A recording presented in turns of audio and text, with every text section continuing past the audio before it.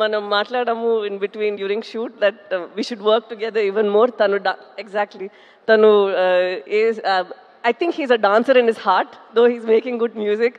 తను ఎప్పుడు పాటల గురించి మాట్లాడినప్పుడు అలా మాట్లాడరు, తను ఒక డాన్స్ స్టెప్ వేసుకునే అది ఆ పాటల గురించి మాట్లాడతారు. I observe that in him.